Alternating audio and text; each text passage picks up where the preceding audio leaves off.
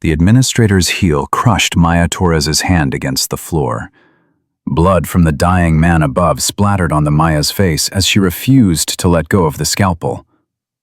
"Let him die, or I'll have you arrested," Helen Pritchard hissed, grinding down harder. Maya's fingers went numb. The flatline screamed. The doctor had already abandoned them. The guards were coming, but Maya had spent 12 years saving lives, and she wasn't about to let a bureaucrat in Prada heels decide who deserved to live. She twisted free and cut anyway. 3 days later, when the Special Forces commander kicked down her apartment door demanding to know where his nurse was, Maya realized that one scalpel stroke had just started a war. Before we dive into this story, please hit that subscribe button and stay with me until the very end. Drop a comment telling me what city you're watching from. I love seeing how far these stories travel. Now, let's begin. The rain in Portland didn't cleanse anything. It just made the blood on the emergency room floor harder to see until you stepped in it. Maya Torres had been stepping in blood for 12 years, and tonight was no different. Except tonight, it was. "Trauma incoming!" The charge nurse's voice cut through the chaos of Harbor Medical Center's ER. "ETA, 90 seconds. Male, mid-30s, multiple GSW, severe thoracic trauma. No ID, dumped at a fire station." Maya was already moving. At 48 years old, she'd earned every gray hair hidden under her surgical cap, and every instinct that told her this was going to be bad. She grabbed the trauma cart, her hands moving through the checklist she could do in her sleep. "Dr. Hayes," she called out. "Trauma 1, now!" Dr. Vincent Hayes glanced up from his phone. He was 42, handsome in that catalog model way, and utterly useless when the real work started. But he was the nephew of a hospital board member, which meant he was untouchable. "What have we got?" he asked, not moving. "GSW with respiratory distress. Get ready to tube him." The ambulance bay doors burst open. 2 paramedics were doing compressions on the gurney as they ran. The patient was unrecognizable under the mud and blood. His clothes were shredded, but Maya's trained eye caught details. Tactical pants, expensive boots, the kind of watch that cost more than her car. "Lost him twice," the lead paramedic shouted. "Got him back, but he's threading the needle." "Trauma 1," Maya commanded, jumping onto the side rail to continue compressions as they ran. Under her hands, his chest felt wrong. Too many broken ribs, too much give. She looked at his face, swollen beyond recognition, beard caked with dried blood. They exploded through the trauma room doors. Maya was already calling it out. "Breath sounds absent right side. Trachea deviated. This is a tension pneumo." "Let me assess, Nurse Torres," Dr. Hayes interrupted, finally sauntering in. He listened to the chest for maybe 3 seconds. "Fine. Prep for a chest tube." Maya had the kit ready before he finished speaking. She watched him pick up the scalpel with the casual confidence of someone who'd never had to face consequences. Then the trauma room doors opened again. But this time it wasn't medical staff. It was Helen Pritchard, the hospital administrator, her heels clicking on the tile like a countdown. Behind her were 2 security guards and a young man in designer clothes cradling his wrist like it was made of glass. Maya felt her stomach drop. "Dr. Hayes," Helen's voice was silk over steel. "We have a code VIP situation." Hayes paused, scalpel hovering over the dying man's chest. "I'm in the middle of a procedure." "This is Trevor Garrison, Senator Garrison's son," Helen gestured to the young man. "He's injured his wrist playing tennis. He's in severe pain, and his father is on the phone with the chief of staff right now." Maya looked at the monitor, blood pressure dropping, oxygen saturation at 73%. The man on the table was dying. "You're joking," Maya said. The words came out before she could stop them. Helen's eyes snapped to her. "Excuse me? This man is dying." "Right now, in front of us." And Mr. Garrison is a priority patient, Helen said coldly. Dr. Hayes, the senator is waiting. Maya watched something she'd seen too many times flicker across Hayes's face. Calculation. Political survival. The path of least resistance. He lowered the scalpel. Nurse Torres, stabilize this patient. I need to attend to Mr. Garrison's injury. The words hung in the air like smoke after a gunshot. No, Maya said. Hayes turned. What? This man has a collapsed lung, and he's bleeding internally. If you walk out, he dies. He's a John Doe, Hayes said, his voice taking on that condescending edge she hated. Probably homeless. Protocol says we prioritize based on available resources, and protocol says we treat based on medical need. Maya cut him off. A wrist sprain is not... It's an administrative directive, Helen interrupted, stepping closer. Move aside, Nurse Torres, or there will be consequences. The monitor behind Maya began to wail. Flatline. The sound cut through everything. That electronic scream that meant a human heart had stopped beating. Maya looked at the young man in designer clothes, casually checking his phone. She looked at Helen's cold, calculating eyes. She looked at Dr. Hayes, already pulling off his gloves. No, Maya said again. Helen blinked. What did you say? Maya grabbed the scalpel Hayes had dropped. I said no. The room went silent except for that terrible flatline tone. What do you think you're doing? Helen hissed. Maya didn't answer. She turned back to the dying man. Sarah, she called to the young nurse in the corner. Compressions, now! Sarah, 26, fresh out of school, still believed the system worked, froze. But Dr. Hayes left. I don't care if God himself left, Maya snapped. Get on that chest and pump. Sarah scrambled forward, starting compressions. Her hands were shaking, but she was doing it. Security! Helen shrieked. Remove her! She's assaulting a patient!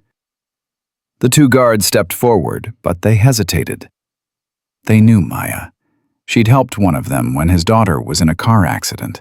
She'd covered shifts so the other could attend his son's wedding. Don't, Maya warned, holding the scalpel up. Her voice was steady, but inside she was screaming. If you stop me, this man dies. And I will make sure every news station knows Harbor Medical let a patient die for a tennis injury. The guards looked at each other. They didn't move. Maya turned back. Her training took over. Fourth intercostal space, mid-axillary line. She'd watched this procedure hundreds of times. She'd assisted dozens more, but she'd never done it alone. Her hand was steady. She cut. The release of pressure was immediate, blood and air hissing out. The man's chest heaved, expanding for the first time. Maya grabbed the chest tube, threading it in, securing it with practiced hands. We have a rhythm, Sarah shouted. Sinus tach! He's back! Maya didn't celebrate.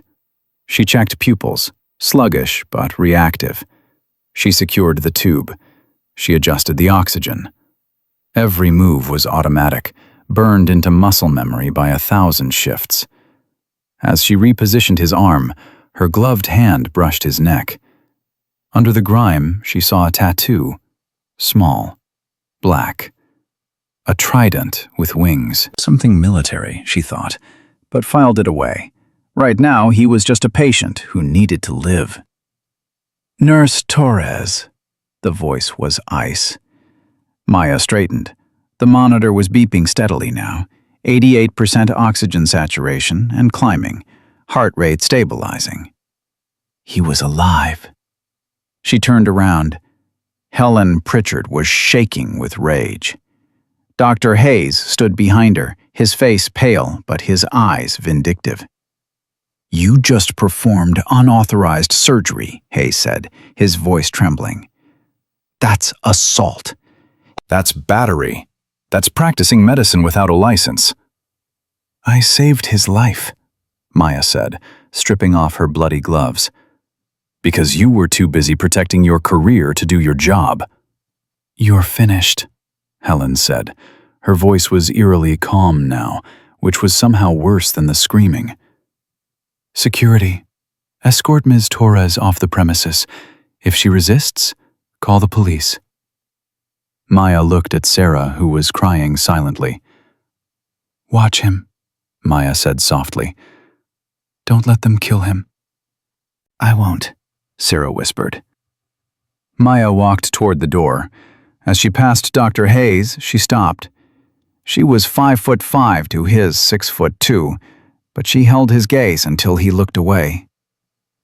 You took an oath, Vincent. First, do no harm. You broke it tonight. Get out, he said, but his voice cracked. Maya walked through the ER. Patients and staff alike watched her go. Some looked confused. Others looked heartbroken.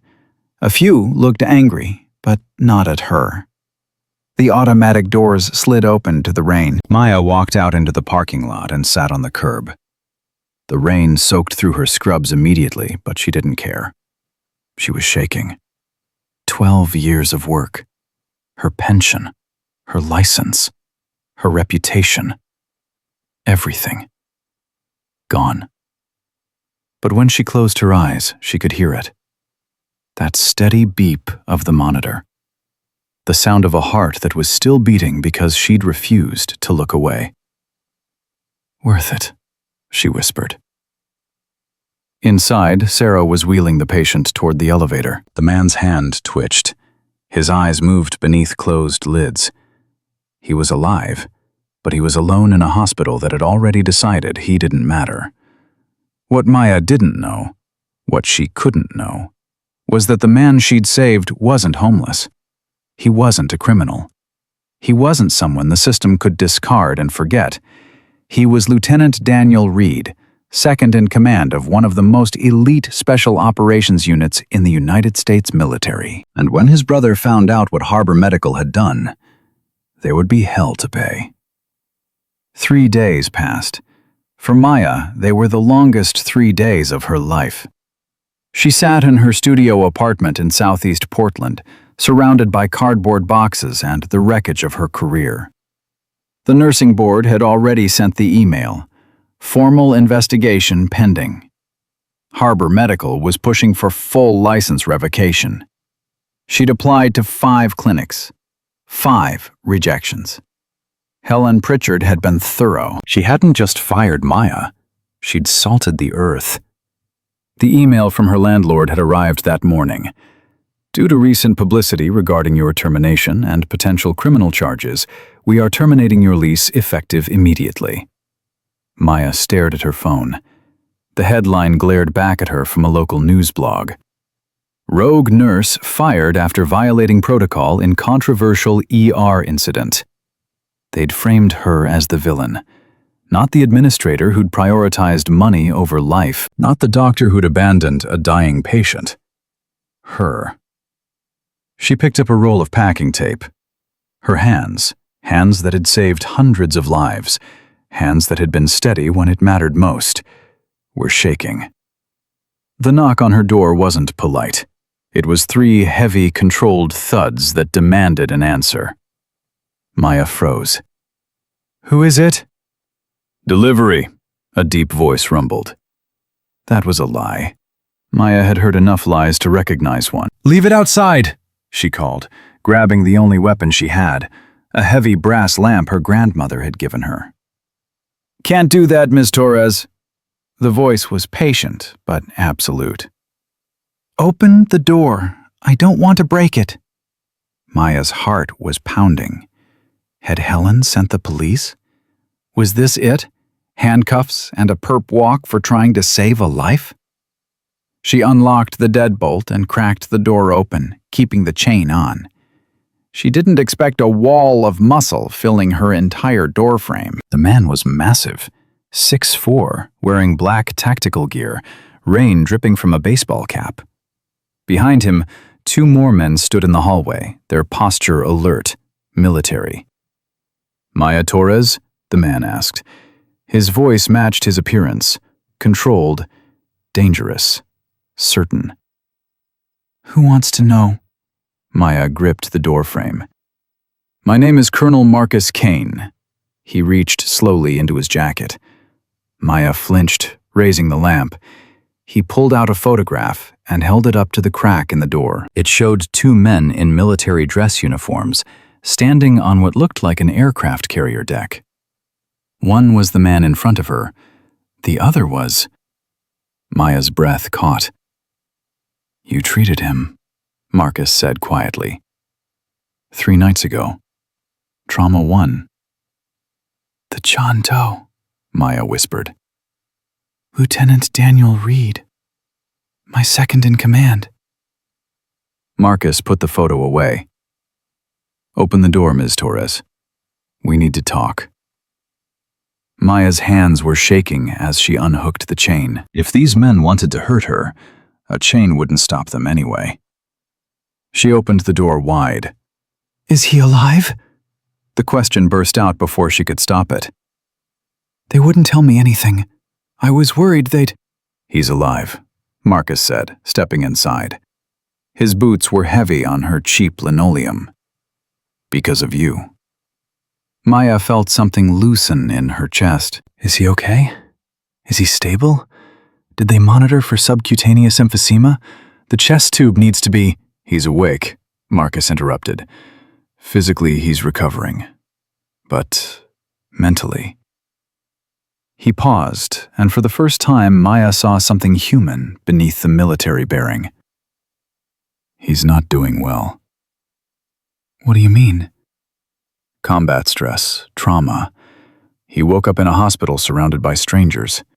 He broke a resident's arm when they tried to change his IV." Marcus's jaw tightened. "He's asking for someone." "Who?" Marcus looked at her directly. "The voice. He says he remembers a voice in the dark. A woman who told him he wasn't dying alone." Maya's throat tightened. She remembered whispering to him while she worked, her words automatic, trying to keep him anchored to life. "He won't let anyone near him," Marcus continued. "He's ripping out lines. If he keeps going, he'll bleed out." He paused. "I need you to come with me."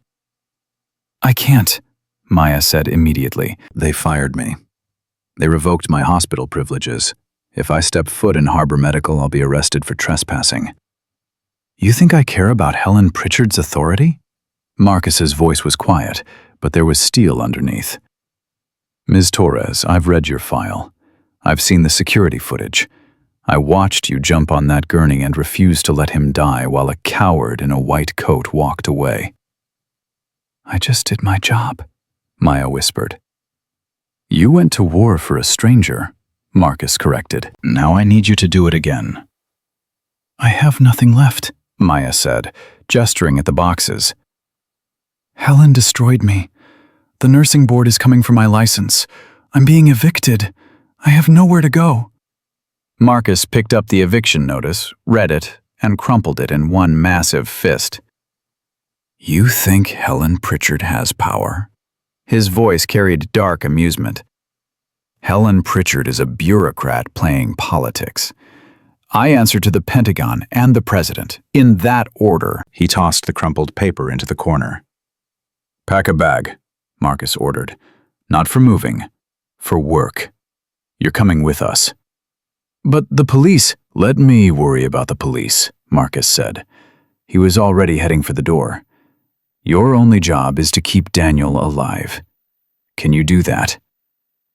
Maya looked at the boxes. She looked at her empty apartment.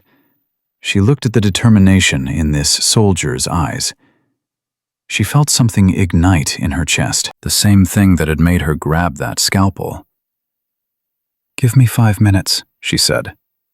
The black SUV moved through Portland traffic like a shark through water. Other cars simply moved aside. Maya sat in the back seat next to Marcus, who was typing rapidly on a ruggedized tablet. "What's his status?" Marcus asked without looking up. Subject is barricaded in room 418, the driver reported. He was younger, maybe 30, with the same controlled intensity. Hospital security attempted to breach 20 minutes ago. He threatened to kill anyone who came through the door. If they breach, he will, Marcus said calmly. Daniel's threat assessment is running at maximum. He doesn't know friend from enemy right now. Maya's medical instincts kicked in. How long has he been awake? 4 hours, agitated the whole time. He needs a psych evaluation. Has anyone— He won't let anyone close enough, Marcus interrupted.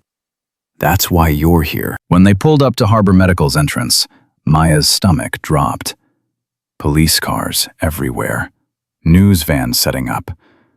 This wasn't a medical situation anymore. It was a siege. There are cops everywhere, Maya said. They're not here for you, Marcus replied. They're here because my team locked down the 4th floor. The SUV screeched to a halt. Marcus was out before it fully stopped, offering Maya his hand. Stay close. Don't stop walking. Don't answer questions. Maya took his hand. It was rough, warm, steady, and let him pull her out. Suddenly, they were moving, surrounded by 4 soldiers in a tight formation. They walked through the automatic doors like they owned the building. The lobby was chaos. Helen Pritchard was in the center, screaming at a police sergeant. I want those men removed! This is a private facility. You're allowing terrorists to— She stopped mid-sentence. Her eyes locked on Maya. Helen's face twisted into something ugly. You. She pointed a shaking finger. Officer, arrest that woman. She's trespassing. She's the one who started all of this. The police sergeant looked at Maya, then at the wall of soldiers surrounding her. He took a step back. Helen charged forward, blocking their path. You're not going anywhere, Maya Torres. I will have you in a cell tonight. Marcus stopped. The entire formation stopped. He looked down at Helen with an expression of complete boredom. Ms. Pritchard, you're interfering with a federal military operation. This is my hospital, Helen shrieked. And she's a fired employee who— She's a civilian consultant for the United States military, Marcus said smoothly. And as of 6 minutes ago, this isn't your hospital anymore. Helen blinked. What? Check your email. Helen fumbled for her phone. Maya watched her face drain of color as she read. This can't be. The board has suspended you pending investigation, Marcus said. Gross negligence. Failure to provide adequate care to a federal officer. Possible conspiracy charges pending. Dr. Hayes said— Helen started. Dr. Hayes is currently being read his rights, Marcus interrupted, nodding toward the corner. Maya followed his gesture. 2 military police officers were handcuffing Vincent Hayes. He was crying, begging them to call his uncle. Falsifying medical records is a federal crime when the patient is a military officer, Marcus said. The digital timestamps don't lie. He didn't perform that procedure. She did. He nodded at Maya. Helen was shaking. You can't. The senator will— Marcus leaned in close. His voice dropped to a whisper, but Maya heard every word. You prioritized a donor's son with a sprained wrist over a decorated officer who took 3 bullets defending this country. You fired the only person brave enough to save him. You didn't just lose your job, Miss Pritchard. You ended your career. He signaled to his team. Move. They walked past Helen like she didn't exist. Maya kept her head high. She saw nurses at the station, her former colleagues, watching with wide eyes. Young Sarah gave her a subtle thumbs up from behind a chart. They reached the elevator. The doors closed on Helen Pritchard's shocked, pale face. You didn't have to do that, Maya said quietly. Marcus looked at her. Yes, I did. The 4th floor was blocked by overturned furniture. 2 soldiers with rifles stood guard. They snapped to attention when Marcus appeared. Report, Marcus ordered. He's still in there, sir. Says the next person through the door gets the scalpel in the neck. Marcus turned to Maya. He won't hurt me, but he won't let me treat him either. That's why I need you. Maya took a breath. This was the work. This was what she'd trained for. This was why she'd become a nurse in the first place. I can do it, she said. She walked to the barricaded door. She didn't shout. She didn't try to force it. She knocked gently. Lieutenant Reed? Her voice was soft, the same voice she'd used 3 nights ago when she'd whispered to him in the dark. It's Maya. I was there when you came in. I told you I wouldn't let you die alone. Silence. Then the sound of heavy, ragged breathing. Who is that? The voice was rough, broken. It's Maya Torres, your nurse, remember? A long pause, then furniture scraping across the floor. The door cracked open. Daniel Reed looked worse than he had in the trauma room.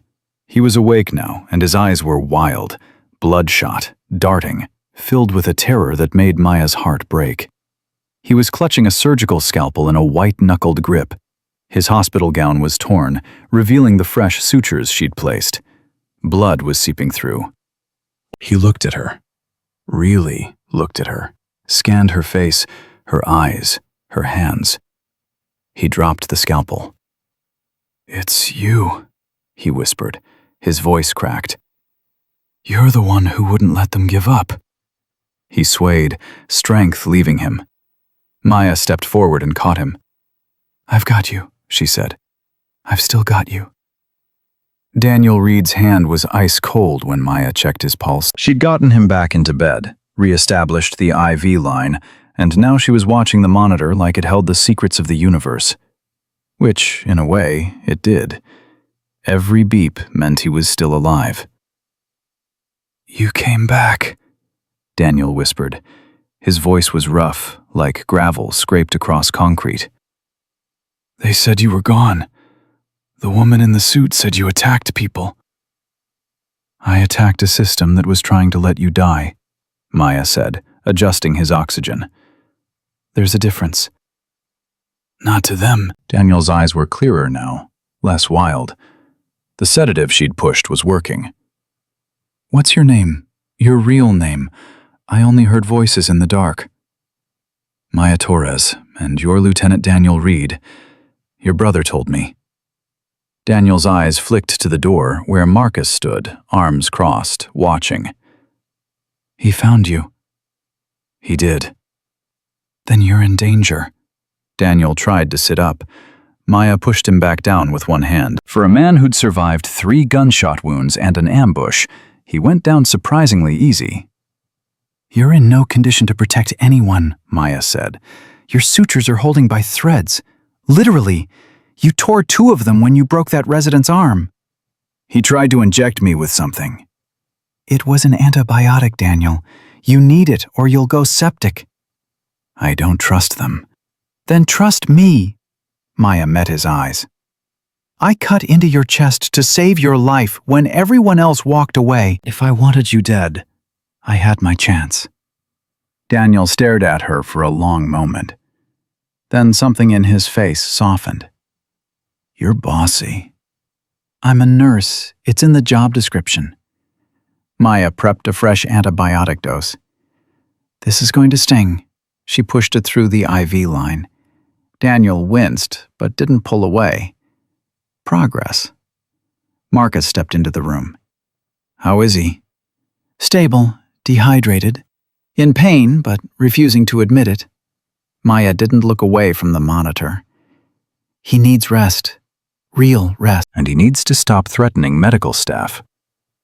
The medical staff let him rot in a semi-private room with minimal care, Marcus said. His voice was flat, but Maya heard the anger underneath. They listed him as indigent. No follow-up scans. No specialist consults. Helen Pritchard's orders. Maya's hands stilled. What? After you were fired, they warehoused him. Keep him alive, but don't waste resources. Those were her exact words to the floor nurses. Marcus pulled out his tablet, showing Maya the official hospital memo. She was planning to transfer him to a state facility as soon as he was stable enough to move. The fury that hit Maya was white-hot and immediate. He had internal injuries, possible organ damage. He needed someone who gave a damn, Marcus interrupted. Which is why I need you to listen very carefully to what I'm about to tell you. Daniel pushed himself up on his elbows. Marcus, don't. She's already involved, Marcus said. The moment she saved your life, she became part of this. Part of what? Maya looked between them. What's going on? Marcus closed the door. The click of the lock was loud in the quiet room. Daniel wasn't just ambushed. He was targeted. The night you saved him, he'd been undercover for 3 months tracking an illegal arms shipment, high-grade military hardware being funneled to insurgent groups overseas. Maya's stomach dropped. Why are you telling me this? Because the people who tried to kill him know he survived, and they know you're the reason why. Marcus pulled up a file on his tablet.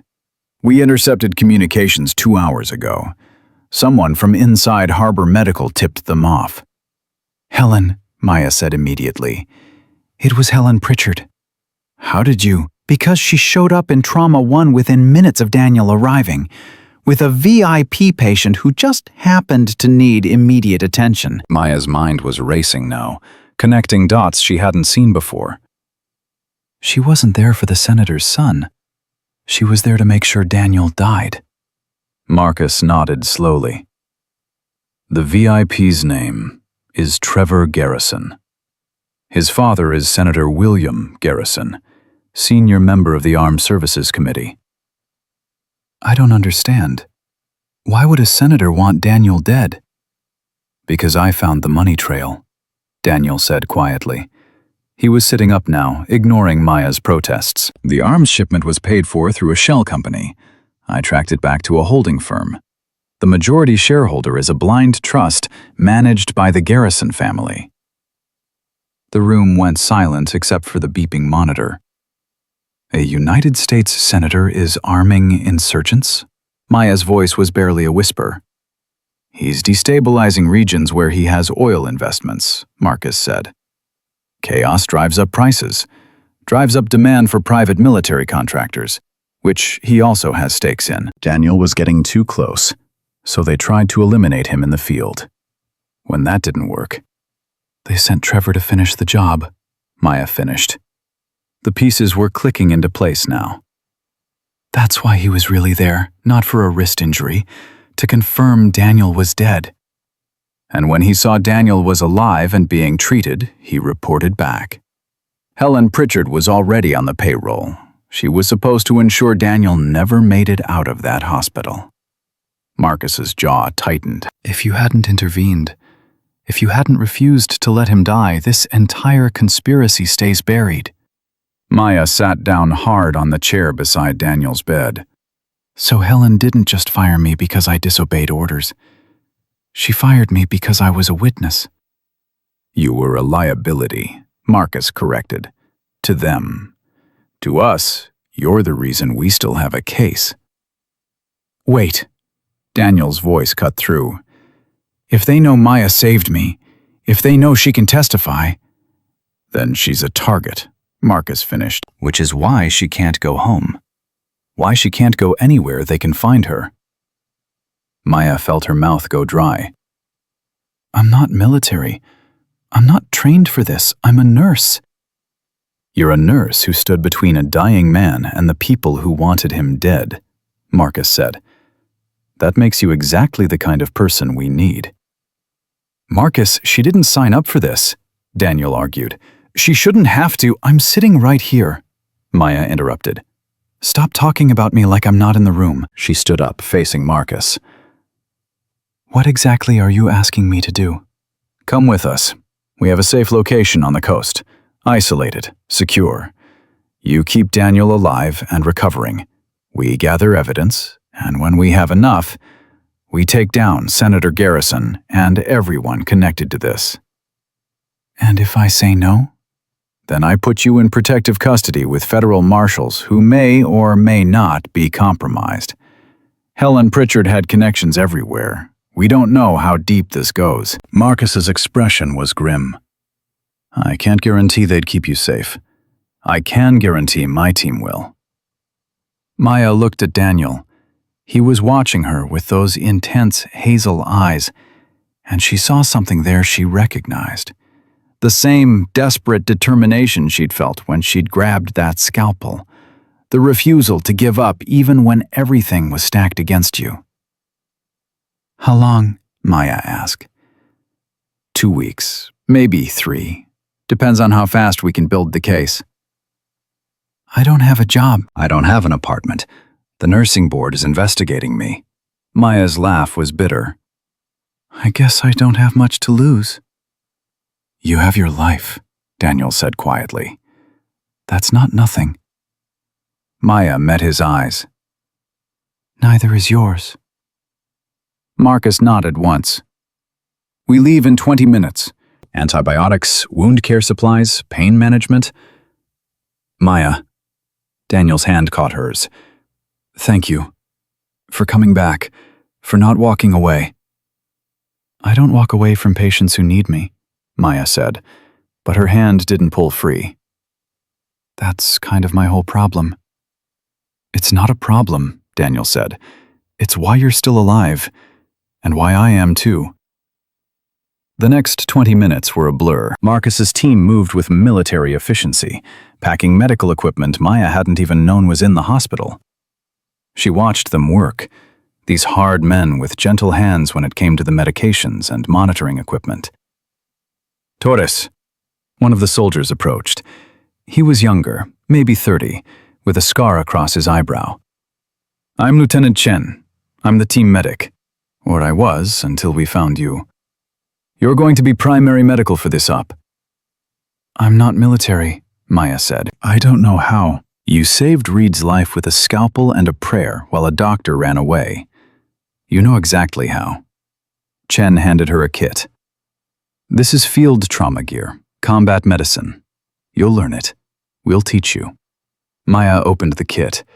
Inside was equipment she'd only seen in training manuals: advanced hemostatic agents, combat gauze, needle decompression kits. "This is battlefield stuff." "You've already been in a battle," Chen said. "You just didn't know it was one." They moved Daniel on a stretcher, surrounded by guards who moved like they expected ambush at any second.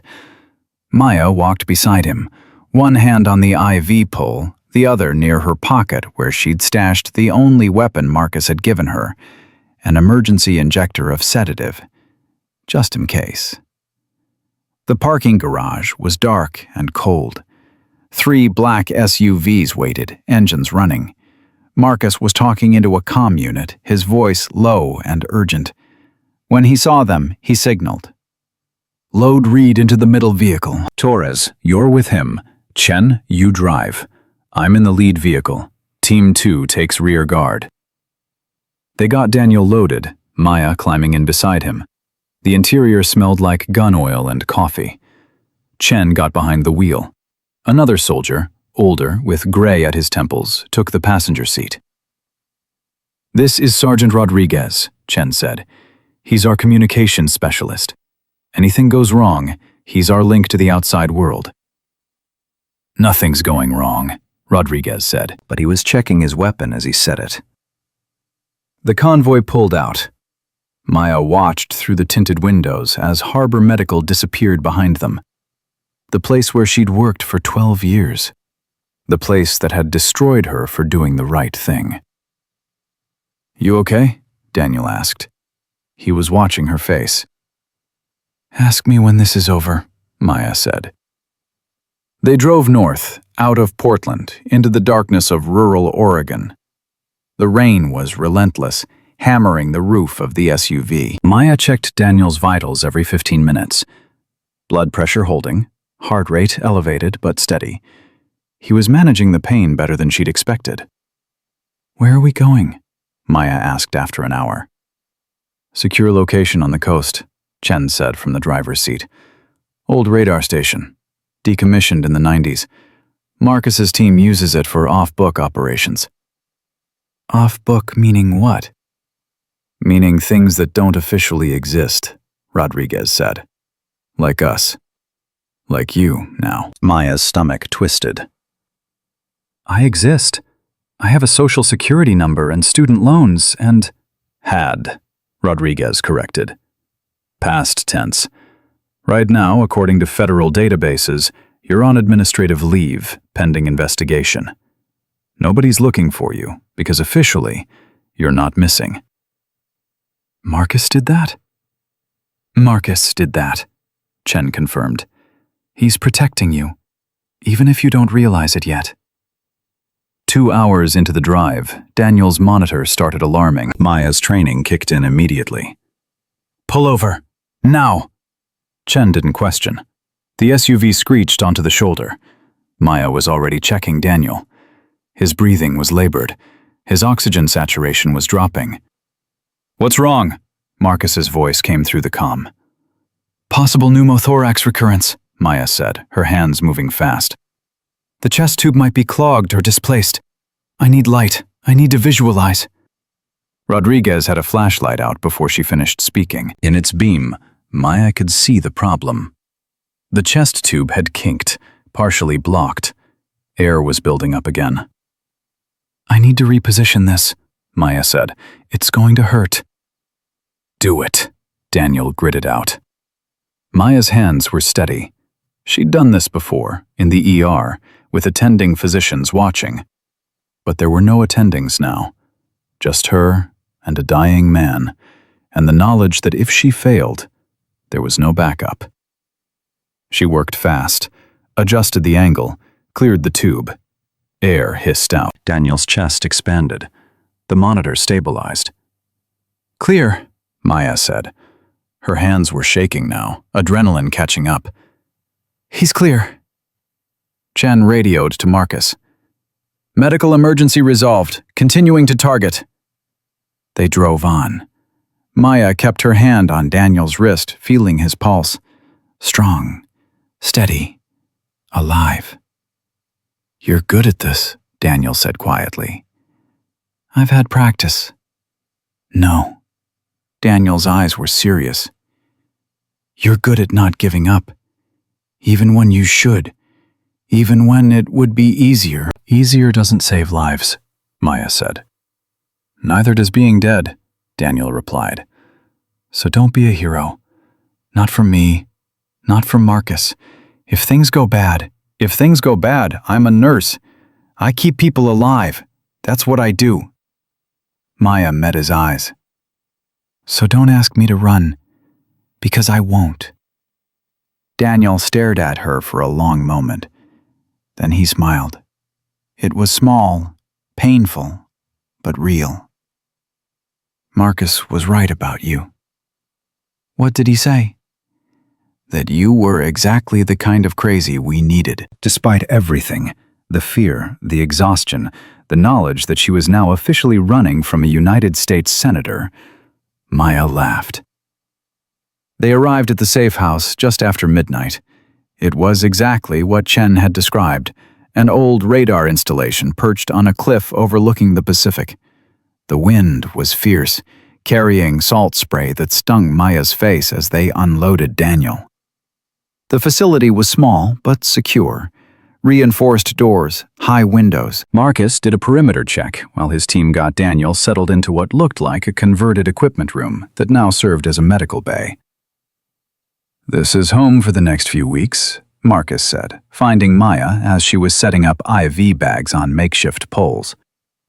We've got generators, supplies, communications equipment, everything we need. Except answers, Maya said. You said we're building a case. How? Daniel has the initial evidence on an encrypted drive, but we need more. Financial records, communications, proof that links Senator Garrison directly to the arms deals. Marcus handed her a secure phone. This is yours, encrypted. Only 5 people have the number. Me, Daniel, Chen, Rodriguez, and 1 contact at the Justice Department who we trust. 1 contact? Out of the entire DOJ? It's one more than most people have, Marcus said grimly. The senator has been cultivating connections for 20 years. He's careful. But he made one mistake. What mistake? He tried to kill my brother, Marcus said. The words were quiet, but they carried the weight of a promise. And now I'm going to end him. Maya looked at the phone in her hand, at the medical equipment surrounding her, at Daniel sleeping fitfully on the cot, his chest rising and falling with each breath she'd fought to preserve. Tell me what you need me to do, Maya said. Keep him alive, Marcus replied. Everything else we'll handle. But as Maya settled into the first watch of the night, listening to the wind howl outside and the monitors beep steadily beside her, she couldn't shake the feeling that keeping Daniel alive was going to be the hardest job she'd ever had.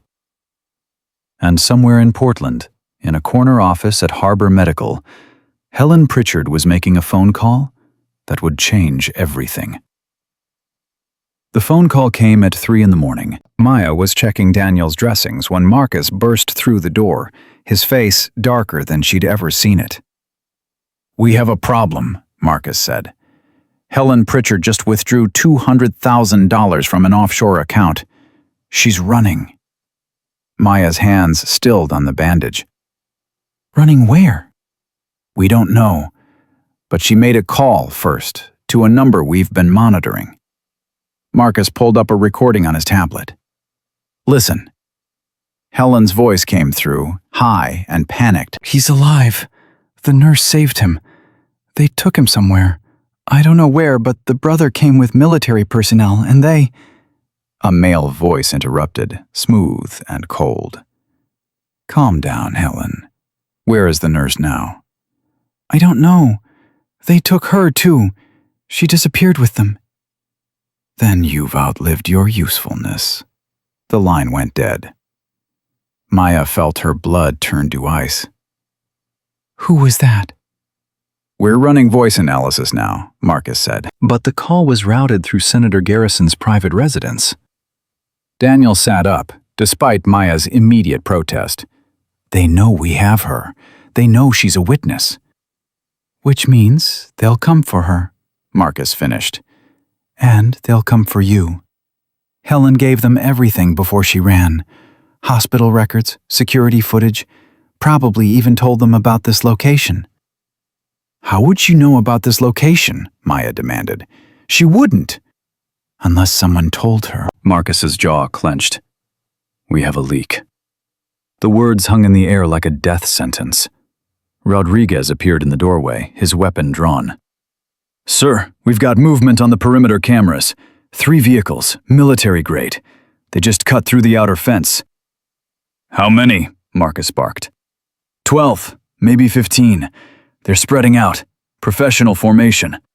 Rodriguez's face was grim. "Sir, these aren't local cops. These are contractors." "Private military," Daniel said. He was already trying to get out of bed. Maya pushed him back down. "You're not going anywhere. Your sutures will rupture and you'll bleed out in minutes." "Then I bleed out fighting instead of waiting," Daniel shot back. "Nobody's bleeding out," Marcus said. He was already moving, pulling weapons from a locked case.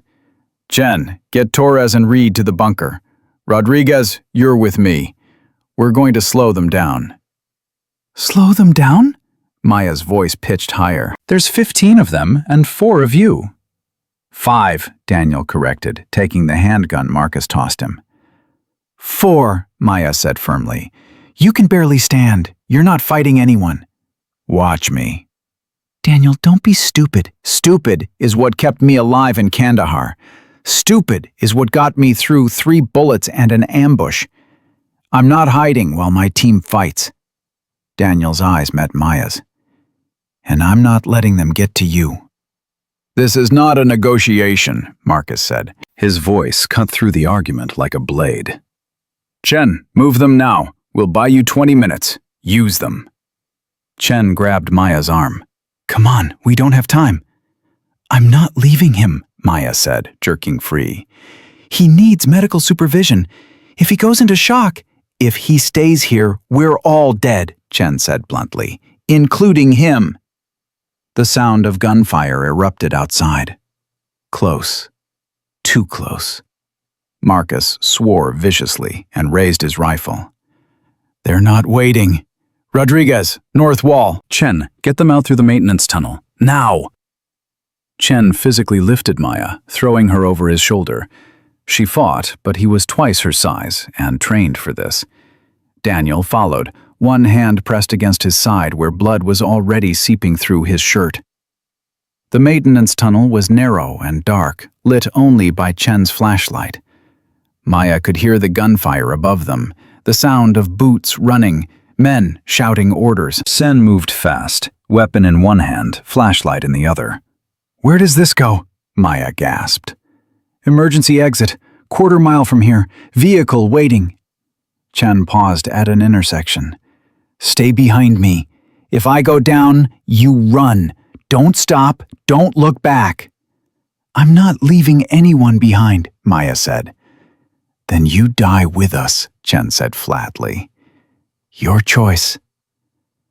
They emerged into a concrete bunker that smelled like rust and ocean spray.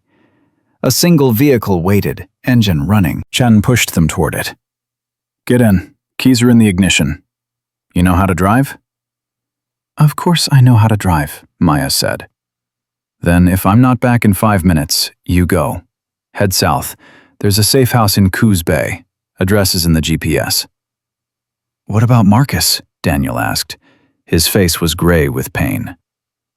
Marcus can take care of himself. Chen checked his weapon. 5 minutes, Torres. Don't make me regret trusting you. He disappeared back into the tunnel. Maya and Daniel sat in the vehicle, engine rumbling beneath them. Maya checked her watch. 1 minute passed. 2. The gunfire from above had intensified.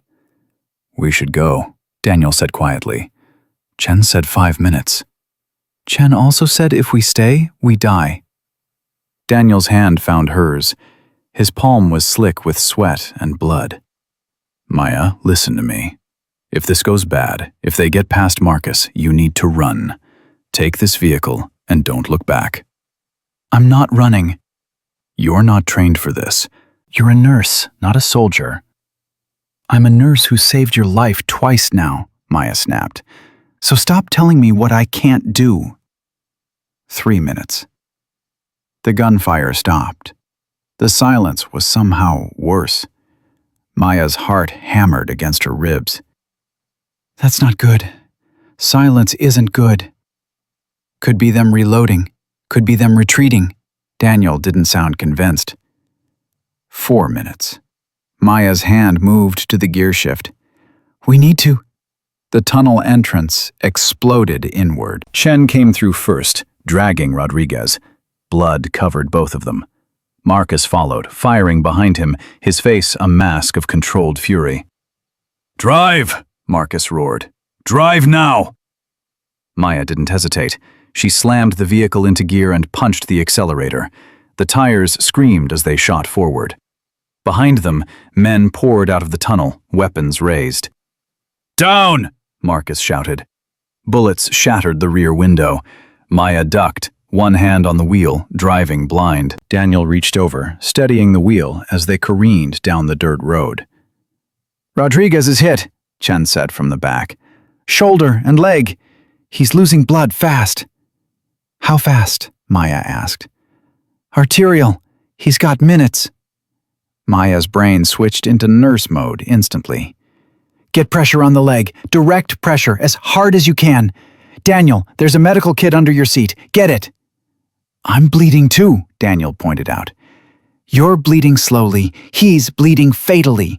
Kit, now! Daniel pulled out the kit with shaking hands. Maya was weaving through trees now, the road barely visible in the darkness. Chen, I need you to hold the wheel. You want me to what? Hold the wheel. Keep us straight. I need both hands. Maya was already unbuckling, climbing into the back seat while Chen reached forward to steer. It was insane. It was impossible. but Rodriguez's face was white as paper, and his breathing was shallow. Maya worked fast. Tourniquet above the leg wound, pressure dressing on the shoulder. Her hands were steady, even as the vehicle bounced over ruts and roots. "Marcus, how far to Coos Bay?" 40 minutes if we're not followed. 10 if we are." "Assume we are," Maya said. "Rodriguez needs a hospital. Real hospital. Surgery." "Can't risk it. Garrison has people everywhere." "Then he dies in the next 30 minutes, Maya said bluntly. "That's not a maybe. That's a fact. The tourniquet buys him an hour max before we're looking at amputation, or worse." Marcus swore. "Chen, how's our 6? 2 vehicles in pursuit, closing fast." "Of course they are," Marcus muttered. He grabbed his comm unit. "Blade Actual, this is Ogre. We need immediate evac, emergency medical. 2 wounded, 1 critical." Static answered, then a voice Maya didn't recognize. "Ogre, Blade, cannot authorize evac without proper clearance codes." "I'm giving you the clearance code right now." "Medical emergency. Officer down." "Negative, Ogre. Your operation is not sanctioned. You're on your own." Marcus's face went rigid. "Say again, Blade?" "You heard me. Your unit is operating outside authorized parameters. No support available. Blade out." The comm went dead. Maya saw something she'd never seen before in Marcus's expression. Fear. "They cut us loose," Chen said quietly. "The senator got to them." "How high does this go?" Daniel asked. "Higher than we thought." Marcus checked his weapon. "Change of plans. We're not going to Coos Bay. We're going straight to the source." "What source?" Maya demanded. "Senator Garrison's estate. If we're going to die anyway, we're taking him with us." "That's suicide," Chen said. "That's justice," Marcus corrected. "Daniel has the evidence. If we can get it to someone who isn't compromised, someone outside the military chain." "Who?" Maya interrupted. "You just said he has people everywhere." Marcus pulled out his phone, scrolling through contacts. "There's one person. Federal prosecutor. She's been after Garrison for years on corruption charges but could never make anything stick. If we can get her the evidence..." "If we can survive the next 10 minutes, Chen cut in. "They're gaining." Maya looked at Rodriguez. His eyes were closed. His breathing was ragged. "He's going into shock. Marcus, I need you to make a choice. We either stop and I treat him properly, or we keep running and he dies." "If we stop, we all die," Marcus said. "Then what's the point?" Maya's voice cracked. "What are we fighting for if we're just going to let him bleed out?" Daniel's hand gripped her shoulder. "Maya, sometimes you can't save everyone." "Don't," Maya shook him off. "Don't you dare tell me that. I didn't save your life twice to listen to you tell me some people aren't worth fighting for. That's not what I..." The vehicle swerved violently. Chen cursed. "They're shooting out the tires." Marcus leaned out the window, returning fire. The pursuing vehicles dropped back momentarily. "There's an old logging road, 2 miles ahead. We can lose them in the forest." "Rodriguez doesn't have 2 miles, Maya said. "Then pray he has 3, Marcus said grimly. The logging road was barely a road at all, more like a suggestion of a path through towering Douglas firs. Sen took them off the main road, the vehicle bouncing so violently that Maya had to brace Rodriguez to keep him from being thrown. Behind them, the pursuit vehicles hesitated at the turnoff. "They're not following," Chen said. "They're blocking the exit." "Good," Marcus said. "Let them think we're trapped. Daniel, how far to the senator's estate from here?" Daniel pulled up a map on the GPS. 15 miles, but we'd have to go through town. Garrison has half the local police on his payroll." "Not the police," Marcus said. "The prosecutor. She lives in Bandon, 5 miles from here. We go there, hand her the evidence, and pray she's not compromised too." "And if she is?" Maya asked. Marcus didn't answer. He didn't have to. They abandoned the vehicle half a mile from town, going on foot through the forest. Maya supported Rodriguez, Chen and Marcus providing cover. Daniel insisted on walking despite the blood soaking through his shirt. Every step was agony, but he kept moving. "You're reopening everything," Maya hissed. "You need to stop." "I'll stop when I'm dead," Daniel said. "That's going to be soon if you don't listen to me." "Then I guess we better move fast." They reached the prosecutor's house just as dawn was breaking. It was a small Cape Cod on a quiet street with a garden that someone clearly cared about. Marcus knocked. Hard. Urgent. The woman who answered was in her 50s, gray hair pulled back, reading glasses perched on her nose. She took one look at the blood-covered group on her porch, and her expression hardened. "Marcus Kane," she said. "I told you never to come here. Sarah, I need your help. You need to leave before you get me killed." Sarah Chen, no relation to the lieutenant, started to close the door. Marcus stopped it with his boot. "Senator Garrison is running an illegal arms operation. We have proof. Financial records, communications, everything. But he's got people inside the Justice Department, inside the military. We need someone outside the system." "And you think that's me?" Sarah laughed bitterly. "I've been trying to nail Garrison for 5 years. He's untouchable." "He's not untouchable," Daniel said. He pulled the encrypted drive from his pocket. "He's just careful. But he made a mistake. He tried to kill a federal officer, and when that didn't work, he tried to cover it up by killing a nurse who saved that officer's life." Sarah's eyes moved to Maya. "You're the nurse from Portland. The one who was fired." "You know about that?" Maya asked. "Everyone knows about that. It's been all over the news.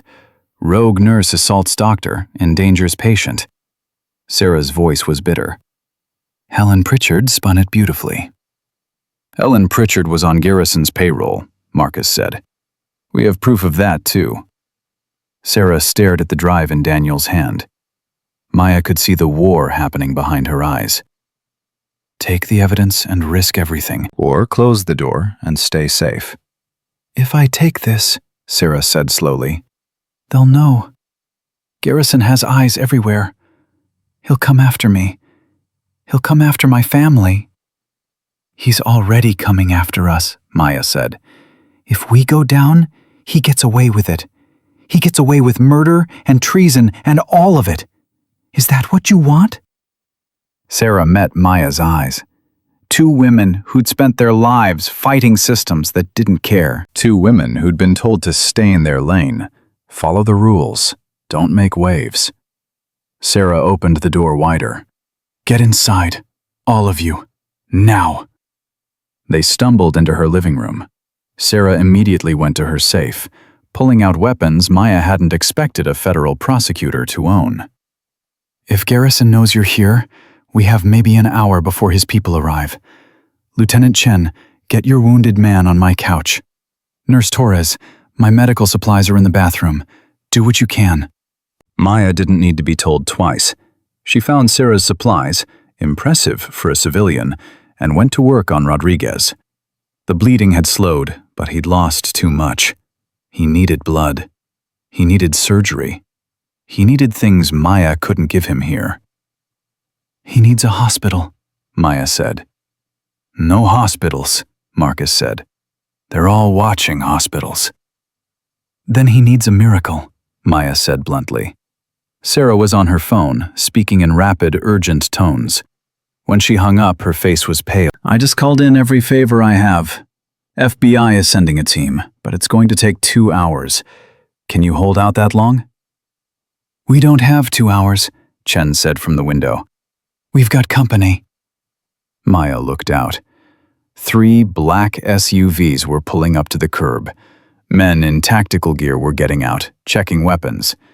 And leading them, in an expensive suit that probably cost more than Maya's entire nursing school tuition, was Trevor Garrison. The senator's son smiled when he saw them watching. He raised his phone to his ear. Sarah's phone rang. She answered on speaker. Trevor's voice was smooth, amused. "Prosecutor Chen, I believe you have something that belongs to my family." "I believe you have a warrant out for your arrest," Sarah replied coolly. "Do I? I don't think so. But you will. Harboring fugitives, obstruction of justice, conspiracy. Should I continue?" Trevor's smile widened. "Send out Marcus Kane and his team." "Send out the nurse. We'll make this quick and painless. Refuse, and I'll burn your house down with all of you inside." Sarah looked at Marcus. Marcus looked at Daniel. Daniel looked at Maya. "Well," Maya said into the silence, "I guess we're not running anymore." Sarah hung up the phone and immediately started pulling furniture away from the windows. "We have maybe 3 minutes before they breach. Marcus, I assume you have a plan." "Working on it," Marcus said. He was already checking ammunition counts, his face set in grim determination. "Chen, north side windows. Daniel, you're on the couch providing overwatch. Don't even think about arguing." "Wasn't going to," Daniel said. His face was gray, but his hands were steady on his weapon. Maya had seen enough combat injuries to know he was running on pure adrenaline now. When it wore off, he'd crash hard. "What about me?" Maya asked. "You stay with Rodriguez," Marcus said. "Keep him alive. That's your job." "My job was keeping people alive in a hospital, not a war zone," Maya said, but she was already moving back to Rodriguez's side. His pulse was thready, his breathing shallow. She'd done everything she could with the supplies available, but it wasn't enough. Sarah appeared beside her with a shotgun. "You know how to use one of these?" "I'm a nurse, not a—" "Learn fast." Sarah pressed the weapon into Maya's hands. "Safety's here. Point and pull. Aim for center mass. And for God's sake, don't shoot any of us." The first explosion took out Sarah's front door. The concussion wave knocked Maya backwards. Her ears rang. Smoke filled the room. Through the chaos, she heard Trevor Garrison's voice amplified by a megaphone. "Last chance! Send them out or we're coming in!" Marcus fired 3 shots through the smoke. Someone outside screamed. "That's your answer!" Marcus roared back. The gunfire that erupted was deafening. Maya threw herself over Rodriguez, shielding his body with hers. Bullets punched through the walls. Glass shattered. Chen was returning fire from the kitchen. Daniel from his position on the couch. Sarah had taken up position behind an overturned table. "They're flanking!" Chen shouted. "East side!" Marcus was already moving, his rifle spitting controlled bursts. Maya heard a body hit the porch, then another. But there were too many of them, and not enough ammunition. "Maya!" Daniel's voice cut through the noise. "Gas grenade! Kitchen!" Maya looked up and saw the canister rolling across Sarah's hardwood floor, already spewing white smoke. Tear gas. Her eyes immediately started burning, her throat seized up. "Bathroom!" Sarah yelled. "Wet towels, now!" Maya scrambled up, half blind, lungs screaming. She found the bathroom, grabbed towels, soaked them in the sink. Her training kicked in automatically. Cover mouth and nose, stay low, shallow breaths. She distributed towels to everyone, pressing one against Rodriguez's face. He was unconscious now, which might have been a mercy. At least he couldn't feel the pain anymore. "We can't hold them much longer," Chen's voice was strained. "I'm down to 2 magazines." "Then make them count," Marcus returned fire through a window. "FBI is 20 minutes out. We just need to—" The rear window exploded inward. 2 men came through, weapons raised. Chen took one down immediately. The second got a shot off before Sarah's shotgun blast caught him in the chest. But that shot had found a target. Chen stumbled, his hand going to his side. Blood seeped between his fingers. "Chen's hit!" Maya shouted. "I'm fine," Chen insisted, but he was leaning heavily against the wall now. "You're not fine," Maya said. She grabbed her medical kit, crawling across the floor to him. "Let me see." "We don't have time. Let me see." Maya pulled his hand away. The wound was bad. Not fatal, not immediately, but he was losing blood fast. She packed it with gauze, hands working automatically while bullets continued to fly overhead. Marcus's rifle clicked empty. He drew his sidearm without missing a beat. "Daniel, status?" "3 rounds left," Daniel said. His voice was steady, but Maya could hear the exhaustion underneath. "Marcus, we need to talk about extraction." "No extraction," Marcus said. "We hold until FBI arrives." "FBI might not arrive," Sarah said grimly. She was reloading her shotgun with shaking hands. "If Garrison got to the military, he might have gotten to them too." "Then we die here," Marcus said simply. "But that evidence gets out." "Sarah, where's the drive?" "Uploaded to secure cloud storage, sent to 3 different federal judges and the Washington Post." Sarah fired another round, then ducked as return fire peppered the wall above her. "If we go down, it still goes public." Trevor Garrison's voice came through the megaphone again, closer now. "You're all going to die anyway.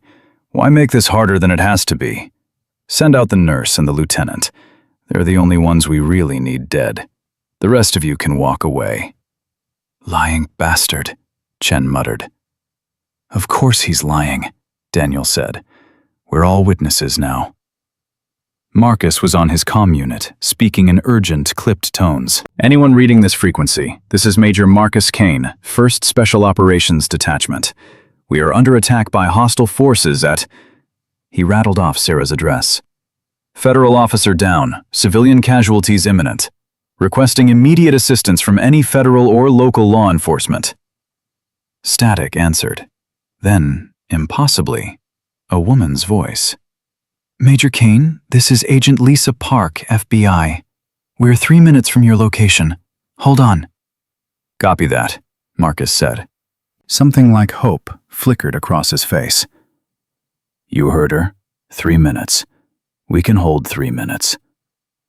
But 3 minutes in a firefight was an eternity. Maya watched the seconds tick by on her watch as she worked on Chen's wound. Rodriguez hadn't moved in 5 minutes. His pulse was barely there. Daniel was firing his last rounds. Sarah was down to her final shells. And then Maya heard it.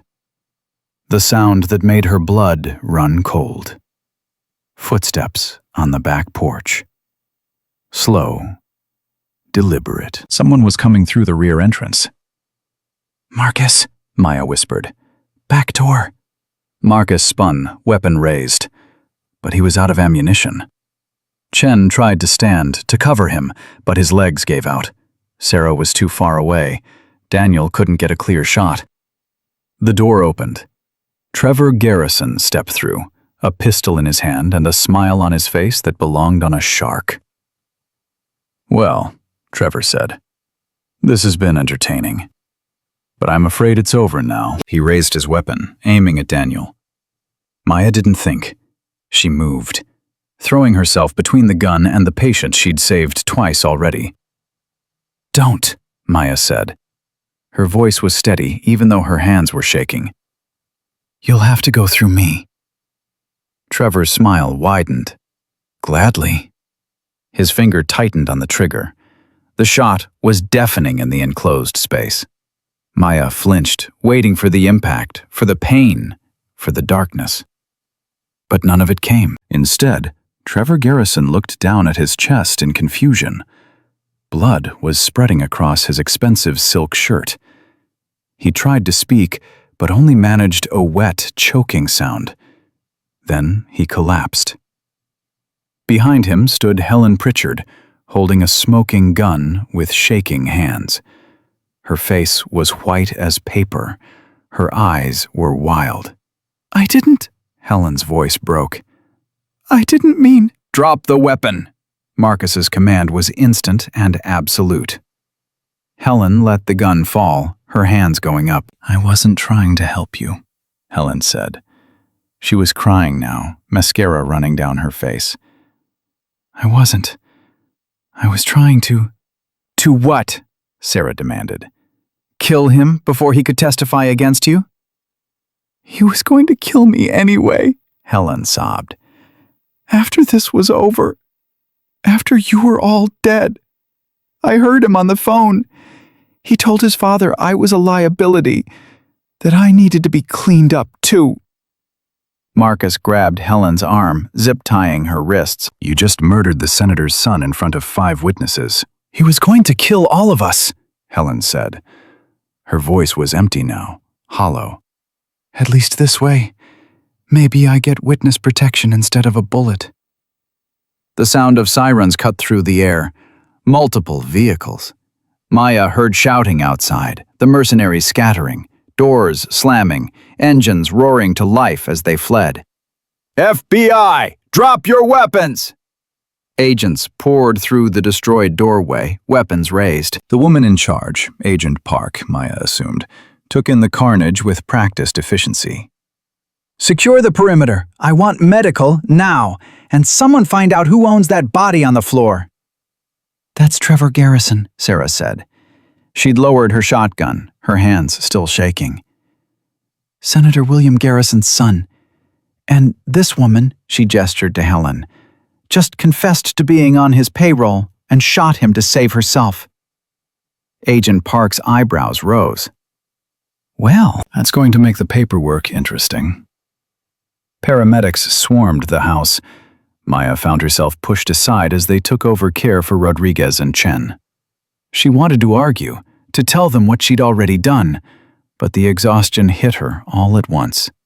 Her legs gave out. She sat down hard on the floor. Daniel was beside her immediately, his arm around her shoulders. You okay? No, Maya said honestly. I'm really not. Yeah, Daniel said. Me neither. They watched as Helen Pritchard was led away in handcuffs, still crying, as Trevor Garrison's body was covered with a sheet. As federal agents swarmed the house, taking photographs, collecting evidence, treating this like the war zone it had become. Agent Park crouched beside Marcus. We've been tracking Senator Garrison for months, but we could never get anything solid. This, she gestured at the chaos. This is solid. Helen Pritchard's testimony, combined with the evidence on that drive, is enough to bring down his entire operation. What about the people he has inside the military? Marcus asked. Inside justice? We'll root them out, Agent Park said. It won't be fast, it won't be clean, but it'll happen. She stood up. You did good, Major, all of you, even if your methods were completely insane. Insanity kept us alive, Marcus said. Agent Park smiled grimly. Yeah, it usually does. Rodriguez was loaded into an ambulance, still unconscious but stable. Chen insisted on walking to the second ambulance despite the paramedics' protests. Maya went with him, her nurse instincts refusing to let her patients out of sight. Torres, Chen said as they loaded him in. Thanks for not letting me bleed out. That's literally my job, Maya said. Your job was in an ER. This was way above your pay grade. Chen managed a weak smile. You're tougher than you look. Everyone is, Maya said. Daniel found her as the ambulances were pulling away. They want to take me too. Get me checked out properly. Will you come? Try stopping me, Maya said. They rode together in the third ambulance, Maya's hand wrapped around Daniel's. Neither of them spoke. There was too much to say and no words adequate for saying it. At the hospital, a different hospital, one 3 hours from Portland, where Senator Garrison's influence didn't reach, Maya finally let herself fall apart. She sat in the waiting room while Daniel was in surgery getting his sutures repaired and his internal bleeding addressed, and she cried. Not quiet tears, ugly, gasping sobs that came from somewhere deep and primal. Sarah Chen found her there. The prosecutor looked as exhausted as Maya felt. You saved a lot of lives today, Sarah said, sitting beside her. You know that, right? I just did what I had to, Maya said. That's what heroes always say. Sarah handed her a tissue. For what it's worth, Harbor Medical is under federal investigation now. The board fired the remaining administrators. They're asking for you to come back, with a significant raise and a formal apology. Maya laughed bitterly. They think money fixes this? No, but it's a start. Sarah pulled out a business card. When this is over, when you've recovered, call me. I'm going to need someone to testify. About what Helen did. About what Senator Garrison's operation cost real people. I'll testify, Maya said, but I'm not going back to Harbor Medical. What will you do? Maya didn't have an answer. Not yet. But as she sat there, waiting for news about Daniel, about Rodriguez, about Chen, she realized something. She'd spent 12 years following rules, working within systems, trusting that institutions would do the right thing. Those systems had failed. The institutions had betrayed her. But the people, Marcus, Daniel, Chen, Rodriguez, even Sarah, they hadn't failed. They'd fought. They'd bled. They'd refused to give up. Maybe that was the answer. Not institutions. People. When Daniel came out of surgery 6 hours later, groggy and stitched back together, the first thing he asked for was Maya. She was there immediately, checking his vitals, adjusting his IV, doing all the things that made her feel grounded and useful. Stop fussing, Daniel mumbled. I'm fine. You're drugged and you just had surgery. You're not fine. Fine enough. Daniel's hand found hers. Marcus told me what you did. When Trevor had the gun on me, you stepped in front of it. Wasn't going to let him shoot you after all the work I put in keeping you alive, Maya said. That's not why you did it. Daniel's eyes, though clouded with painkillers, were serious. You did it because you don't know how to let people die. Even when you should. Even when it's the smart move. Smart moves don't save lives, Maya said. Neither does being dead. Daniel squeezed her hand. Promise me something. Next time someone points a gun at me, you don't jump in front of it. You run. You save yourself. Can't promise that, Maya said. Maya, I'm a nurse, Daniel. We don't run from patients who need us. That's not how we're wired. Maya managed to smile. Besides, you'd do the same for me. That's different. How? Because I'm trained for it. Because it's my job. Because... Daniel stopped, seeming to struggle for words. Because you matter. You matter more than you know. The words hung in the air between them. Maya felt something shift in her chest, something that had nothing to do with adrenaline or fear or the aftermath of violence. You matter too, she said quietly. That's why I couldn't let him shoot you. Daniel pulled her closer, his forehead resting against hers. They stayed that way for a long moment. Two people who'd survived hell together, finding comfort in the simple fact of still being alive. Marcus appeared in the doorway, clearing his throat. Hate to interrupt, but we have news. Senator Garrison was arrested an hour ago. Federal agents raided his estate. They found documents, communications, everything we needed. Helen's testimony sealed it. He's going away for a long time. What about his connections? Maya asked. The people he had inside the military, inside justice. Already being identified and removed, Marcus said. It's going to take time, but Agent Park's team is thorough. They'll get them all. He paused. Harbor Medical is offering you your job back, Torres. Full reinstatement, back pay, the works. Maya didn't hesitate. Tell them no. Marcus smiled. Already did. But I have a different offer. My team needs a primary medical officer, someone who can handle trauma in impossible situations, someone who doesn't panic when things go sideways. His expression turned serious. Someone who'll fight for her patients, even when the fight seems impossible. Job's yours if you want it. Maya looked at Daniel, still holding her hand. She looked at Marcus, who'd risk everything to protect his brother. She thought about Rodriguez and Chen, bleeding and fighting because they refused to abandon each other. This was a family, not by blood, but by choice, by shared trauma and survival, and the simple, stubborn refusal to give up. "What's the pay?" Maya asked. "Triple what you made at Harbor. Terrible hours, dangerous locations. No bureaucrats telling you who deserves to live," Marcus grinned. "But you'll never be bored." "When do I start?" Maya asked. "You already did," Marcus said. "Welcome to the unit, Nurse Torres." 6 months had passed since the siege at Sarah Chen's house, but Maya Torres still woke up some nights hearing gunfire. Tonight was different. Tonight she woke to the sound of rain hammering on a tin roof and the steady beep of a portable heart monitor beside her cot. She was in Cambodia now, in a makeshift field hospital that Marcus's team had set up in an abandoned factory. The mission was classified, the patient was critical, and Maya had been working for 18 hours straight. But that was the job now. That was her life. "Torres." Chen appeared in the doorway, his shoulder still showing the scar from the gunshot wound he'd taken. "We've got incoming. Extraction team hit an IED. Multiple casualties. ETA 4 minutes.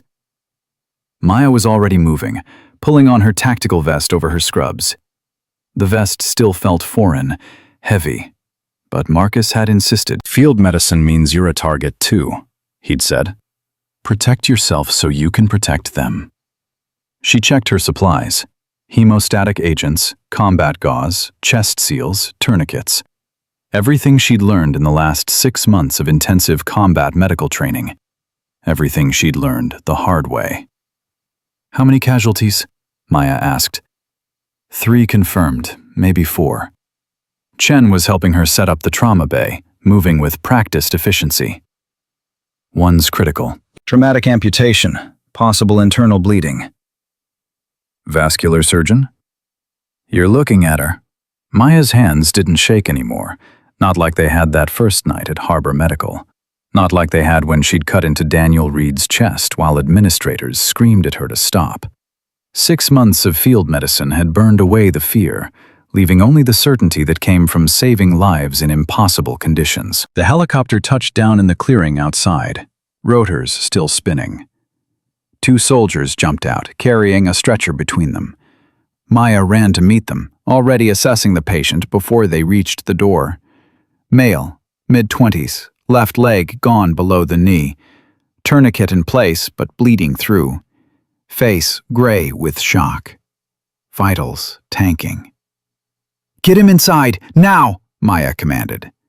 They moved as one unit, the soldiers following her orders without question. 6 months ago, she'd been a fired nurse with no authority. Now she was the medical officer, and when she spoke, people listened. She worked fast. IV access, fluids, blood products they'd brought in yesterday on a supply run.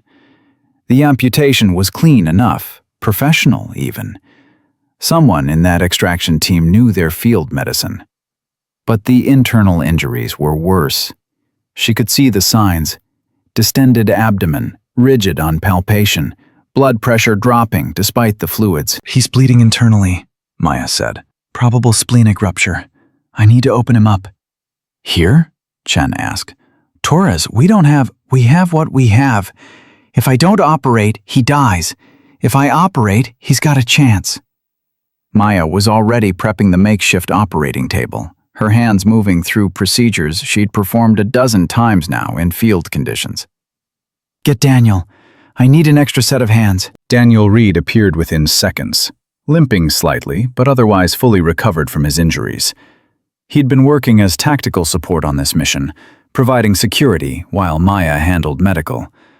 But he'd also been learning basic field medicine, enough to assist when needed. "What do you need?" Daniel asked, already scrubbing his hands. "Suction, retraction, And don't pass out on me." Maya made the first incision. Blood welled up immediately. "There, splenic laceration, worse than I thought." "Can you repair it?" Daniel asked. His voice was steady, but she could hear the concern underneath. "I can try." Maya's hands moved with precision born from months of desperate improvisation. "Clamp, now."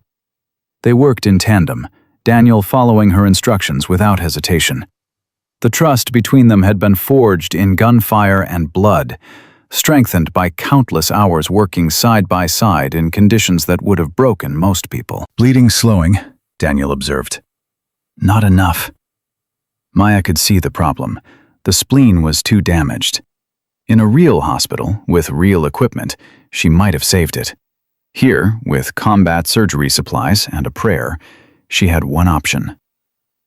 "I have to remove it." "You've never done a splenectomy." "I've never done a lot of things until I had to." Maya's hands didn't hesitate. She'd learned that hesitation killed patients. Action, even imperfect action, gave them a chance. 30 minutes later, the soldier was stable, alive. Missing a leg and a spleen, but breathing steadily, his vitals climbing back toward normal. Maya stripped off her bloody gloves and sat down hard on a supply crate. "You did good," Daniel said.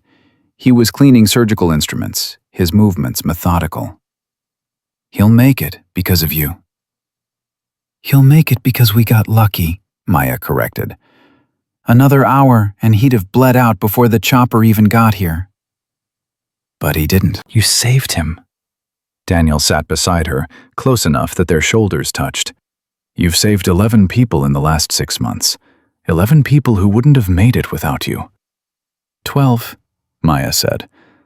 "I'm counting you twice." Daniel smiled. That smile still did something to her chest, made something warm and complicated unfurl there. "You only count once per customer. That's the rule." "I make the rules now. I'm the medical officer." "Technically, you're a civilian contractor. Technically, you're supposed to be on light duty for another month." Maya gestured at his side, where his own surgical scars were still pink and new.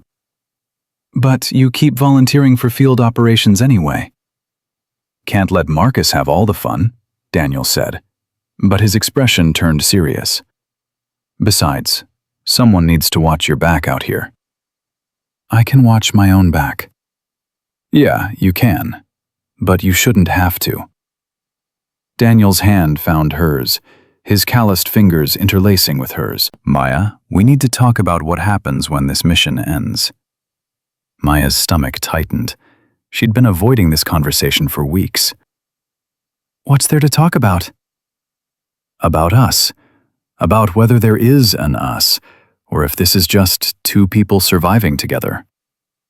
Daniel turned to face her fully.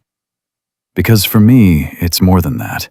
It's been more than that since you stepped between me and Trevor Garrison's gun." "Daniel." "Let me finish." His voice was gentle but firm. "I know this is complicated. I know we're in the middle of nowhere doing dangerous work. I know the timing is terrible. But when has timing ever been good for us? You saved my life in an ER while your career burned down around you.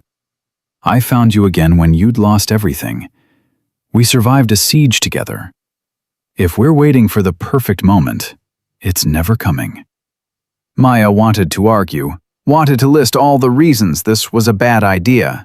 The danger, the uncertainty, the fact that they were both damaged people who'd been through trauma together, and maybe what they felt was just shared survival instinct. But then she looked at his eyes and saw the truth there. This wasn't survival instinct. This was real. "I'm scared," Maya admitted. "I'm scared that I'll lose you, that this job will take you away and I'll have to watch you die, and I won't be able to save you." "That's the job," Daniel said quietly. "That's the risk we both take every time we go out there. But Maya, you taught me something. You taught me that some things are worth fighting for, even when the fight seems impossible, even when everyone tells you to walk away." "I taught you that?" "You did, When you grabbed that scalpel, when you refused to let me die because some administrator valued money over life. Daniel lifted her hand to his lips, pressing a kiss to her knuckles. You're worth fighting for, Maya Torres, and I'm not walking away. Maya felt tears stinging her eyes, not from fear or exhaustion, but from something else, something that felt dangerously like hope. I'm not walking away either. The kiss was gentle at first, tentative, like they were both afraid of breaking something precious.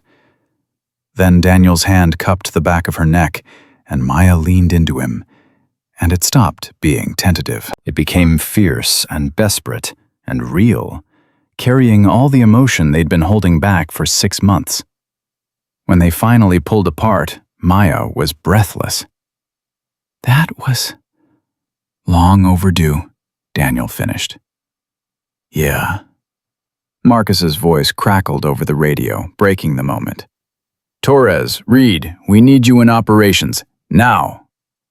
They found Marcus in the command center, a converted office space with maps and monitors covering every surface.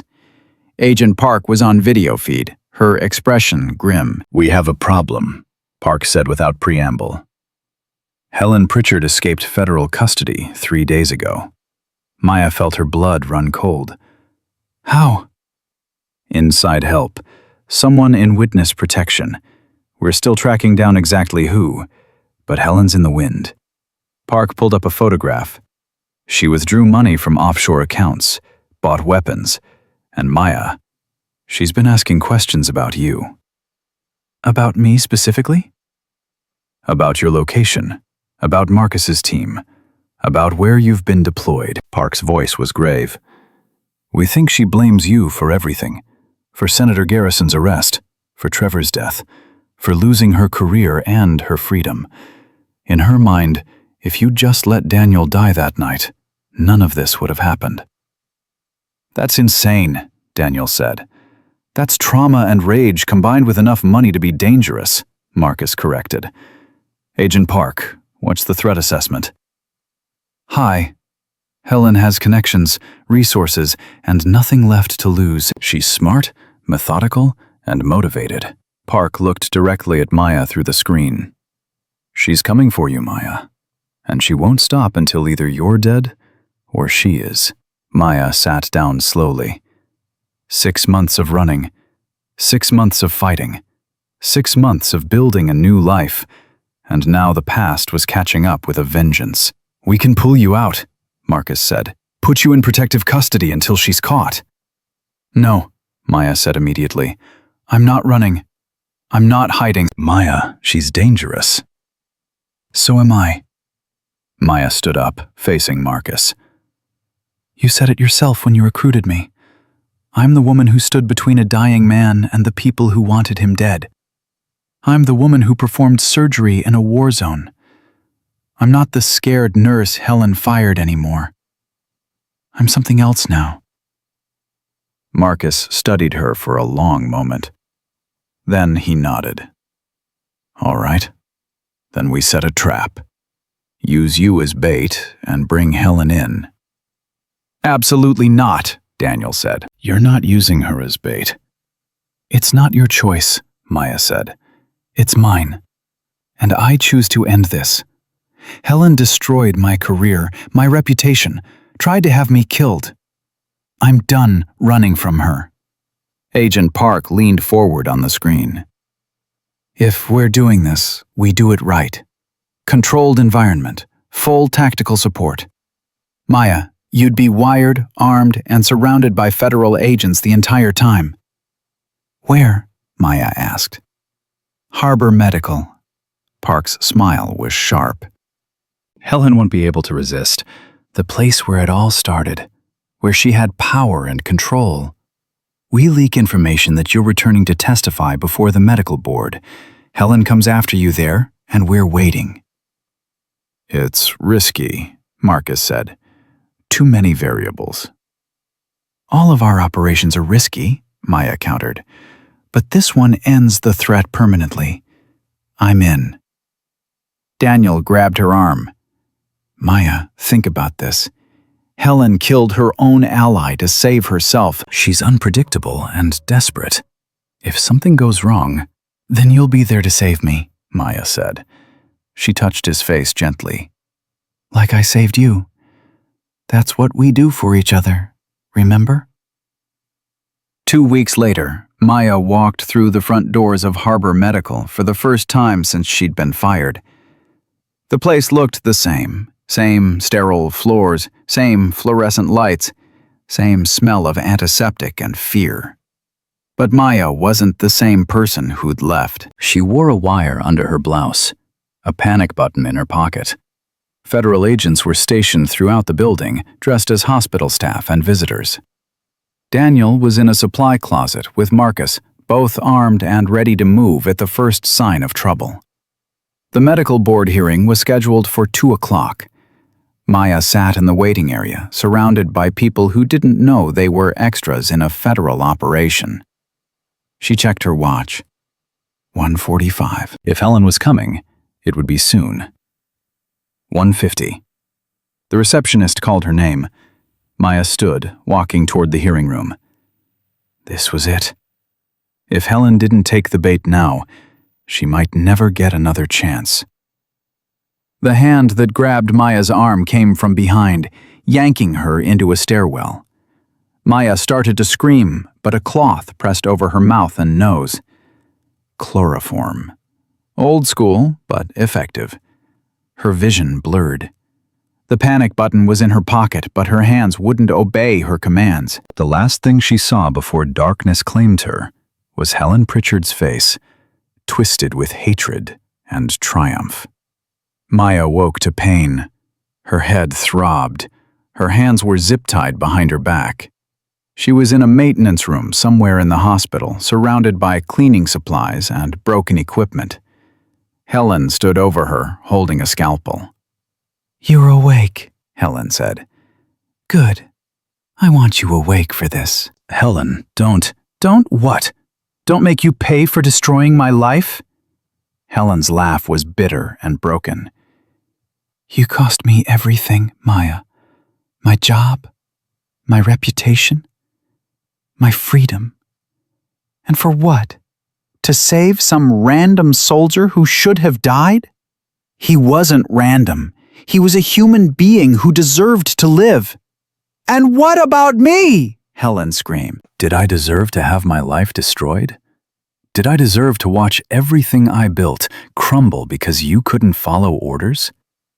You gave an order that would have killed a patient, Maya said. Her voice was steady despite the fear coursing through her. I couldn't follow that. I won't apologize for saving a life. Then you'll die for it. Helen raised the scalpel.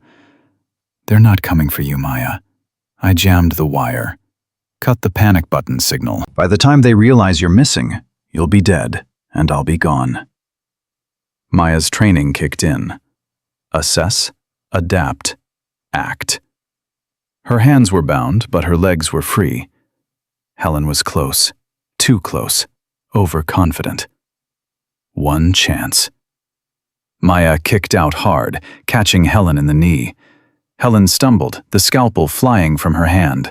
Maya rolled, getting her feet under her despite the zip ties. Helen lunged for the scalpel. Maya kicked it away, then threw her weight into Helen, slamming them both into a shelf of cleaning supplies. They crashed to the ground, chemicals spilling around them. Helen's hands found Maya's throat, squeezing. Maya couldn't break free with her hands bound. Black spots danced in her vision. This was it. After everything, she was going to die on the floor of the hospital where it all started. Then the door exploded inward. Daniel was there, weapon raised. Get away from her! Helen didn't move. Her hands squeezed harder. Maya's vision was fading. Daniel couldn't get a clear shot without risking hitting Maya. Marcus appeared beside Daniel, his voice calm and absolute.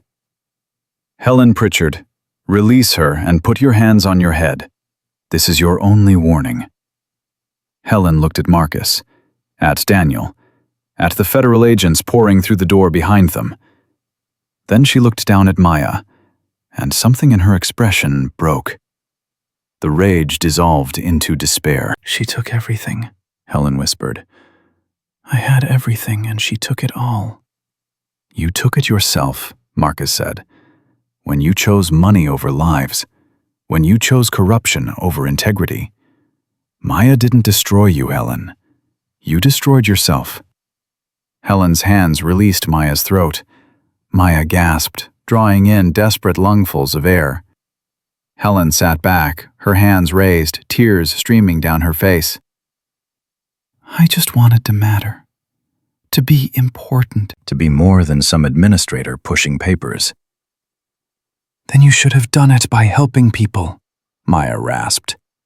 "Not by hurting them." Federal agents moved in, securing Helen and checking Maya for injuries. Daniel cut the zip ties, his hands gentle as he checked her throat, her pulse, her pupils. "You okay?" he asked. His voice was shaking slightly, betraying the fear he'd felt. "Yeah," Maya said. "I'm okay." "You kicked her while you were tied up. You actually fought back." "You taught me that," Maya said. "You taught me not to give up. Not ever." Agent Park appeared in the doorway, surveying the scene. "Well, that went sideways fast." "But it's over," Marcus said. "Helen's in custody, the threat's neutralized, and Torres is still alive, despite her best efforts to give me a heart attack." "I had it under control," Maya protested. "You were being strangled," Daniel pointed out. "Only temporarily. Despite everything, the fear, the violence, the near-death experience, they all started laughing. It was the laughter that came after surviving something impossible. The laughter that meant they'd made it through one more day in a life that seemed determined to kill them. 3 months later, Maya stood in a different hospital. Not Harbor Medical with its politics and corruption. Not a field hospital in Cambodia with its makeshift equipment and desperate conditions. A real hospital in Seattle that had offered her a position as director of trauma services, with full authority to hire her own staff and set her own protocols. She'd said no. Instead, she was back at Marcus's facility, training the next generation of combat medics, teaching young soldiers and contractors how to save lives in impossible conditions, how to make the hard calls, how to stand up when everyone told them to back down. Daniel found her in the training room, watching recruits practice emergency procedures. "How are they doing?" "Better than we did," Maya said. "But then again, they have me teaching them. We had to figure it out ourselves." "True." Daniel wrapped his arms around her waist, pulling her back against his chest. "The board certified you, by the way. Official military medical certification. You're no longer a contractor. You're staff." "Does that mean I get dental?" Maya asked. "It means you're one of us officially. Part of the team. Part of the family." Daniel pressed a kiss to her temple. "How does it feel?" Maya thought about the journey that had brought her here, about the night she'd grabbed a scalpel and destroyed her old life to save a stranger, about the administrator who'd tried to silence her, about the senator who'd tried to kill her, about all the times she could have walked away, could have chosen safety over principle. She thought about the 11 lives she'd saved in the field, about the soldiers who called her Doc Torres now, who trusted her with their lives, about Marcus, who'd given her a second chance, about Daniel, who'd shown her that love didn't have to be perfect to be real. "It feels like I'm exactly where I'm supposed to be," Maya said. "Good," Daniel said, "because I'm not letting you go anywhere." "Wasn't planning on it." Maya turned in his arms, looking up at him. "I spent 12 years following rules and trusting systems that didn't deserve my trust. Now, I make my own rules. I trust my own instincts. And my instincts say, I'm home." "Even though home is a military facility in the middle of nowhere?" "Home isn't a place," Maya said. "It's people. It's purpose. It's knowing that when someone's dying and everyone else walks away, You're the one who stays." Daniel kissed her, long and deep and real. When they pulled apart, recruits were watching from across the room, grinning and elbowing each other. "Get back to work," Maya called out.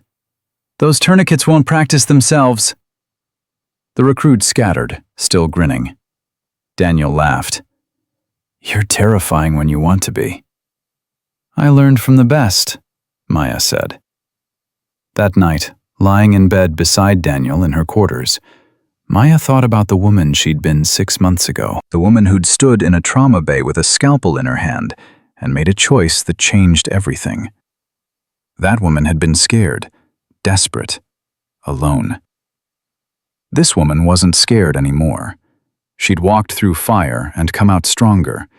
She'd lost everything and built something better from the ashes. She'd learned that sometimes the system breaks, and when it does, you don't wait for someone else to fix it. You grab a scalpel and you cut. Maya Torres had been fired from the ER for refusing to let a patient die. She'd been hunted, attacked, nearly killed multiple times. She'd lost her career, her home, her old life, and she'd gained everything that mattered. Because in the end, it wasn't about the hospital or the job or the career. It wasn't about following orders or protecting institutions. It was about the oath she'd taken. The promise to do no harm. The commitment to fight for every life, no matter the cost. That oath had destroyed her old world, but it had also built her a new one. And this world, forged in blood and courage and the stubborn refusal to give up, was exactly where she belonged.